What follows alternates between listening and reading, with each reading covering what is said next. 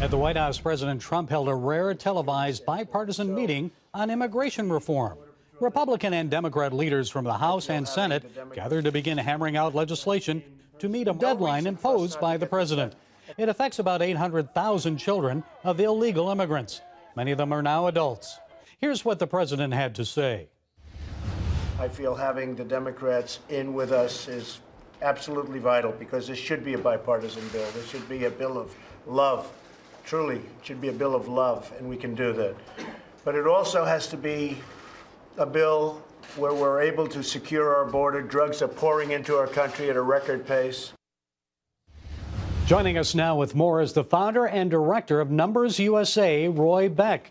Mr. Beck, what was your reaction when you heard the president say that immigration legislation should be a bill of love? Is he going soft on immigration?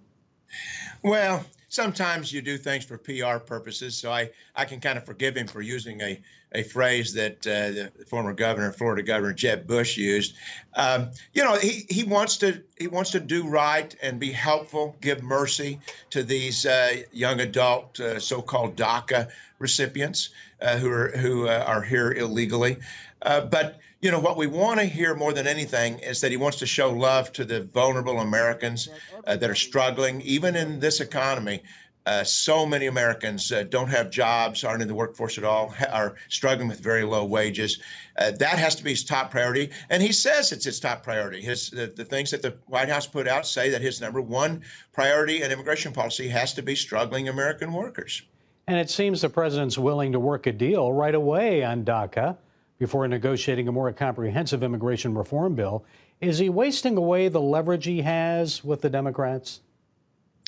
We really don't know. I mean, he said some things this week that sounded like he was just basically going to cave and give up the leverage altogether. For example, if he were to give an amnesty to the 600,000, 700,000, 800,000 DACA recipients and get in return only border security, for example, well, he would have lost his leverage because the leverage for there to be enough Democrats to pass a bill in the Senate is they want to get the work permits. They want to get the lifetime work permits and residency for these young adult illegal aliens. He did say that a DACA deal must include border security, yet he did say he'll sign whatever Congress sends him. So does that mean we're heading towards amnesty for illegals, at least for the dreamers without better border security?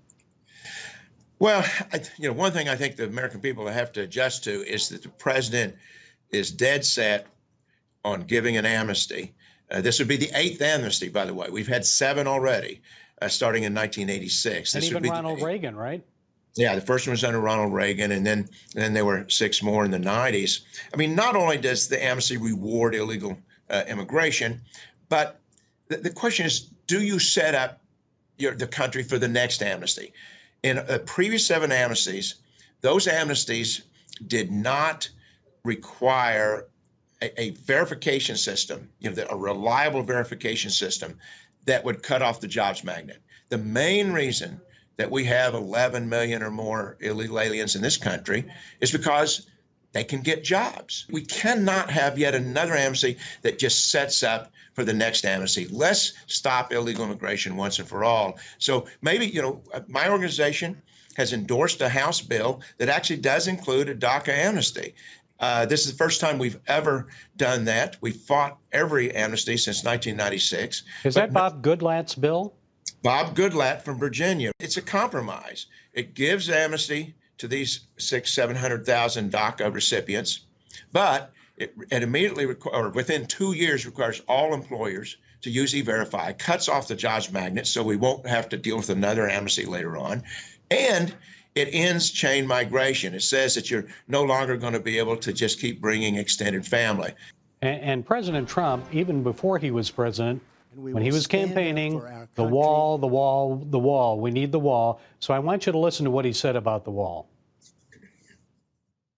Is there any agreement without the wall? No, there wouldn't be. You need it. John, you need the wall. I mean, changing your tune. Wonderful. I'd love not to build the wall, but you need the wall. And I will tell you this, the ICE officers and the Border Patrol agents, I had them just recently up. They say if you don't have the wall, you know, in certain areas, obviously, that aren't protected by nature, if you don't have the wall, you cannot have security. You just can't have it. It doesn't work. So, Mr. Beck, will the border wall be negotiated away, or will it happen? I feel fairly confident that there will be some additional wall and fencing, and I got to say that the wall is not the most important thing, because even if you've got a wall across all 2,000 miles and it's very, very successful, the majority of illegal aliens today come to the country legally. They come here on visitor visas. They come here as tourists, as students, as temporary workers, and then they overstay their visas. I think you've been fighting these battles for at least 20 years, have you not?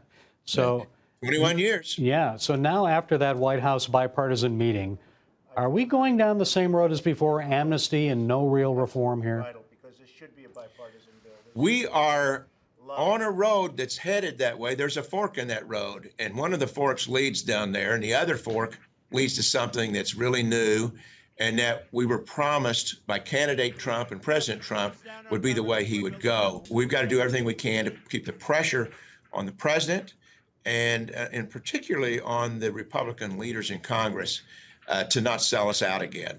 Okay, he always keeps us guessing, doesn't he? Roy Beck of NumbersUSA, thank you so much for your insights.